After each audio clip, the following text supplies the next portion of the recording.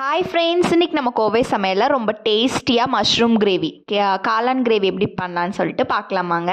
சாப்பாடு, தோசை, சப்பாத்தி எல்லாத்துக்குமே சூப்பராக இருக்கும் இந்த கிரேவி. அதுக்கு ஃபர்ஸ்ட் நம்ம 2 பெரிய வெங்காயம், ஒரு துண்டு இஞ்சி, பூண்டு நல்லா சேர்த்து தண்ணி சேர்த்து அரைச்சிக்கலாங்க. இப்போ இன்னொரு இதில் கொத்தமல்லியும் தண்ணி ஊற்றி நல்லா அரைச்சி எடுத்துக்கோங்க. இப்போ பேனில் எண்ணெய் சேர்த்துட்டு இந்த மாதிரி கட் பண்ணி கேளானை நல்லா மிக்ஸ் பண்ணிக்கலாம். இப்போ அதுலேருந்து தண்ணி நல்லா பிரிஞ்சு இந்த மாதிரி வந்துடும். இப்போ நம்ம ஸ்டவ் ஆஃப் பண்ணி இப்போது மறுபடியும் பேனில் எண்ணெய், சீரகம், இப்போ நம்ம அரைச்சி வச்சுருக்கக்கூடிய வெங்காய பேஸ்ட்டு, ஒரு பச்சை மிளகாய், கருவேப்பிலை, நம்ம அரைச்சி வச்சுருக்கக்கூடிய கொத்தமல்லி பேஸ்ட்டையும் உள்ளே ஆட் பண்ணிட்டு தேவையான அளவு உப்பு சேர்த்து நல்லா மிக்ஸ் பண்ணி விட்டுக்கோங்க.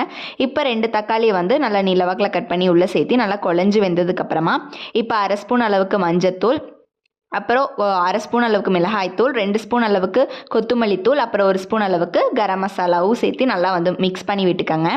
இப்போ நல்லா மிக்ஸ் ஆனதுக்கப்புறம் உப்பு பார்த்துட்டு உப்பு இன்னும் கொஞ்சம் தேவையான அளவுக்கு சேர்த்துட்டு இப்போ நம்ம வேக வச்சுருக்கக்கூடிய கேளான் கூட அந்த தண்ணியும் சேர்த்து உள்ளே ஆட் பண்ணிவிட்டு தேவையான அளவு தண்ணி உங்களுக்கு எவ்வளோ வேணுமோ சேர்த்திட்டு நல்லா ஒரு 10லேருந்து 20 நிமிஷம் நல்லா கொதிச்சதுக்கப்புறமா ஸ்டவ் ஆஃப் பண்ணிட்டீங்கன்னா சுட சுட சாதம் கூடயும் சப்பாத்தி, இட்லி, தோசை, புரோட்டா எல்லாத்துக்குமே சூப்பராக இருக்கும். ட்ரை பண்ணி பாருங்கள்.